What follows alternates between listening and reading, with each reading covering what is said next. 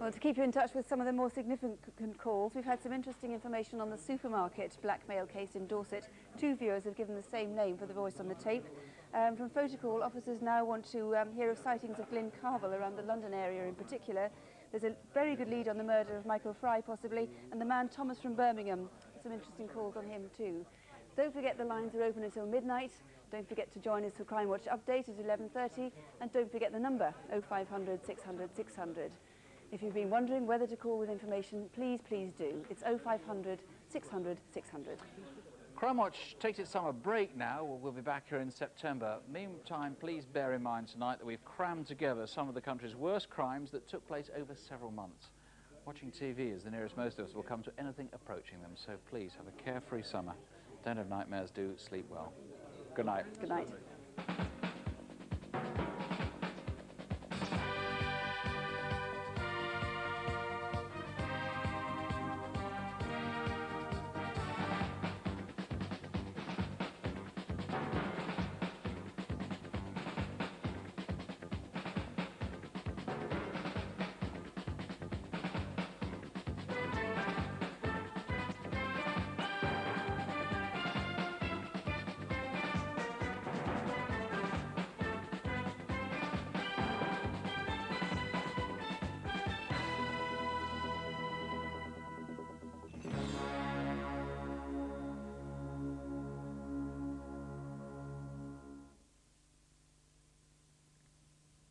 Now, a summary of adjudication from the Broadcasting Complaints Commission. Andrew R. Ullman Limited, dealers in antique and modern jewellery in Hatton Garden, complained to the Broadcasting Complaints Commission about an item broadcast last October in the BBC's Crime Watch UK series. The item included a dramatised reconstruction of events in which a man first raped a woman, then stole a watch from her and tried to sell it in Hatton Garden, the centre of the jewellery trade. The sequence in Hatton Garden included a general view followed by a brief montage of 5 separate shop signs. This in turn was followed by a reconstructed scene inside a jeweller's shop in which the thief was shown selling the stolen watch. The most prominent name in the montage was Ullman, which, if any, would have stuck in the minds of viewers. It's hard to say how far any viewers might then have gone on wrongly to assume that the jeweller's shop shown in the reconstruction was Andrew Ullman's, and also that it was not uncommon for this shop to deal in stolen goods. To the extent that some viewers might have been so misled, however, the Commission finds some unfairness to the company. However, they see no basis for concluding that there was an unwarranted infringement of Ullman's privacy. You can get a copy of the full adjudication by writing to the Commission, which considers complaints of unfairness and infringement of privacy, and please send a stamped addressed envelope to Broadcasting Complaints Commission, P.O. Box 333, London, SW1WOBQ.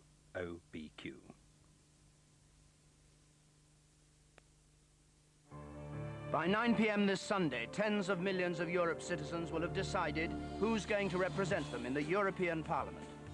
As the results come in and the political map of Europe is redefined, we'll be asking how the elections reflect the broader currents of political change.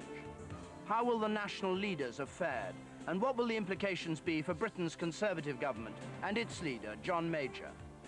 Join me, David Dimbleby, Peter Snow, and a host of political commentators for a Euro election special, Europe Decides, Sunday, 9:45 on BBC2.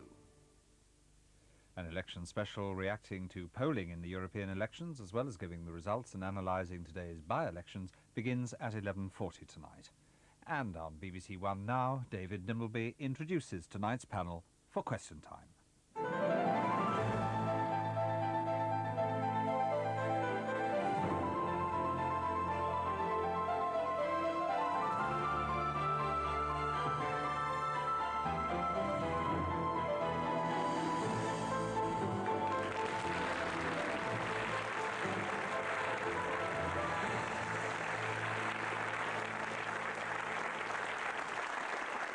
Good evening, welcome to Question Time, which tonight comes from Wembley. Our audience is always representing a cross-section of the British public, including tonight some voters who've managed to escape from the by-elections at Eastleigh and East London to be here this evening.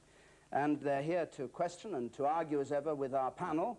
And our panel consists of David Hunt, Secretary of State for Employment. He was brought into politics, he says, by his vision of Britain's place in Europe. He's now said to live in dread of being offered the chairmanship of the Tory party in the next reshuffle, so much so that he assiduously avoids making chairman-like speeches.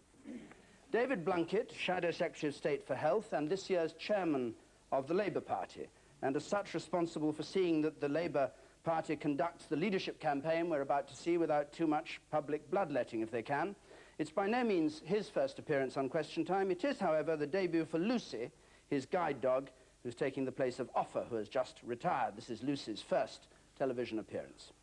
Shirley Williams, both a baroness and an American university professor, once Labour's Secretary of State for Education and Science.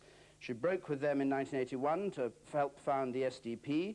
She now works on employment matters for the Liberal Democrats, and in the confusion caused by the last-minute defection of the Liberal Democratic candidate in today's by-election to Labour, she'll no doubt be able to clarify for us the difference between the two parties.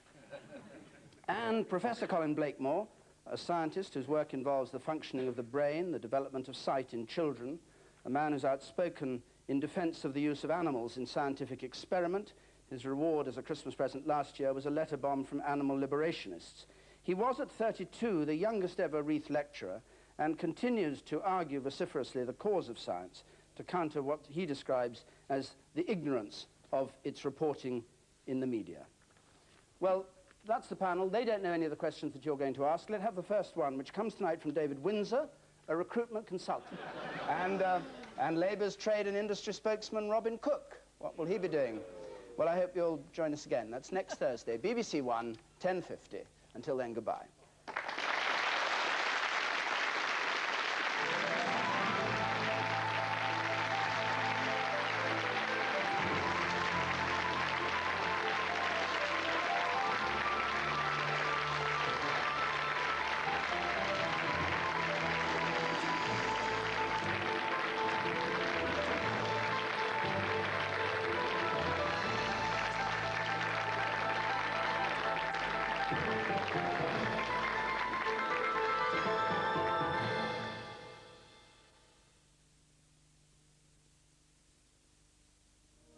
Few of us on parade this morning have known the awful weight of war, with all its horrors and yet its comradeships.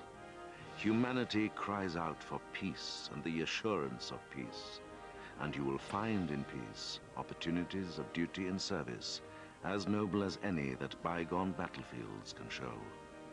Keep then the message of these colors ever before you, and the honor of your regiment and of your country will rest safe and sure in your hands.